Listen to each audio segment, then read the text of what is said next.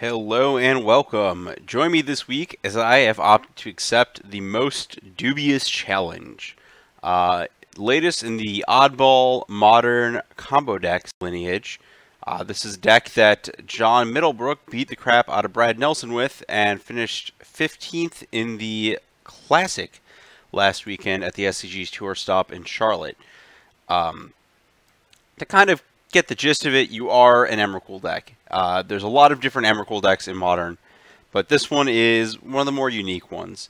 So what's going on here is you are just attempting to... You can through the breach, but Dubious Challenge is a card that a lot of people read and were like, this is stupid. Why does this exist? I should light all my copies on fire. It does look at a lot of cards, though. 10 is a lot. And if you select Emrakul the Aeon's Torn and Flicker Wisp, you exile the Emrakul that your opponent chooses, and then it comes back under your control. Or if they select Flicker Wisp, then you just have an Emrakul, and then you win the game. Similarly, that works with any large creature that you're putting in. Though it's a little worse with Gristlebrand because they still get to, you know, pay 7 life, draw 7 cards if they want. In general, you're going to try to hit Emrakul. In general, you're going to try to through the breach Emrakul. But there's some weird other things going on. You will note there's the maximum number of ways to exile your dubious creature. You don't really want to trim too far on that. I kind of looked at some sideboard configs. Maybe I would cut one, but not a lot. The other creatures, Gristlebrand is obviously the next best big creature in the format, especially if you're exiling it. And then you've got an Elishnorn to kind of just randomly hit. Some decks, this is a hard KO. And then a Platinum Empyrean, which I'm going to pull the sideboard out a little bit. Blends into the plan of resolving Madcap Experiment. So you can board into that config against decks that are soft against not being able to change your life total, which is pretty nice. So beyond the core combo stuff that's taking up a lot of the deck, you're basically all mana and some Path to Exiles. That's it. In theory, you can, like, get two Gristlebrand's and path their Gristlebrand, but I'm not huge on that. I don't want to go down that road. Simian Spirit Guide, obviously the best card to pair with, like, Through the Breach, and then these Mana Dorks because you're already in green. It's worth noting that the way the mana is configured, with birds, you are pretty close. You know, this deck has a lot to play a lot of black mana. You're in range of casting Gristlebrand the natural way, which is kind of relevant. Another plus for Elishnorn, it's actually pretty castable. The mana is kind of all over the place. I'm not going to touch it. I trust that Jhon has put a little bit more thought into it than I have. The one thing worth noting is there's a Boseiju who shelters all in the main deck. Not a card I'm huge on right now, but it does serve a reasonable purpose. And if you pull out the sideboard, there is an Arid Mesa to swap it out whenever you don't need it, because you do need to hit 4 or 5 mana pretty consistently. So after the pretty linear main deck, we'll talk about the sideboard.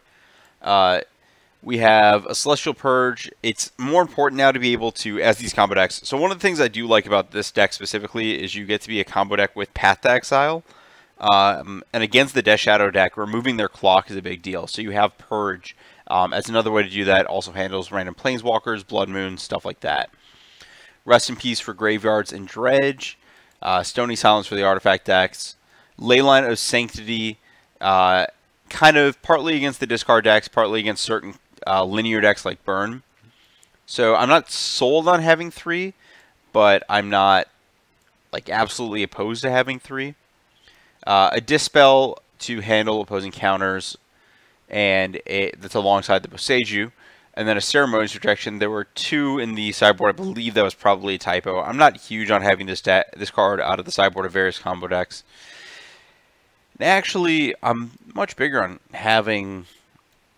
I don't know what I'd want. I think I'm going to get rid of Ceremonious Rejection and regret it. I don't think this is a deck that's soft to, like, Chalice the Void or anything.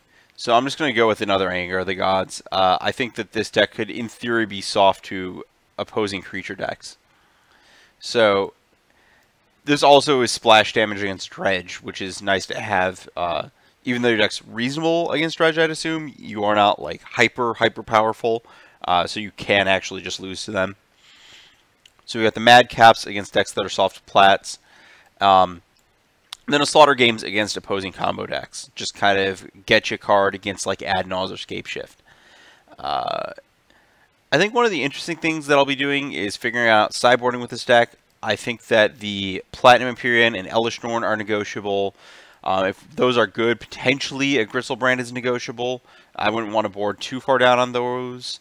I could see a Glimmerpoint Stag being negotiable.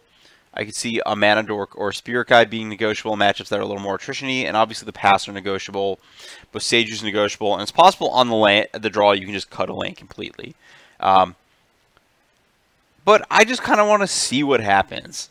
There's not a lot to it. Just, you know, this is a new combo deck to consider, and I want to gauge the basic power level of it, which is something that's pretty useful to keep doing in Modern, because every so often you end up with something really, really ridiculous in more ways than this one is.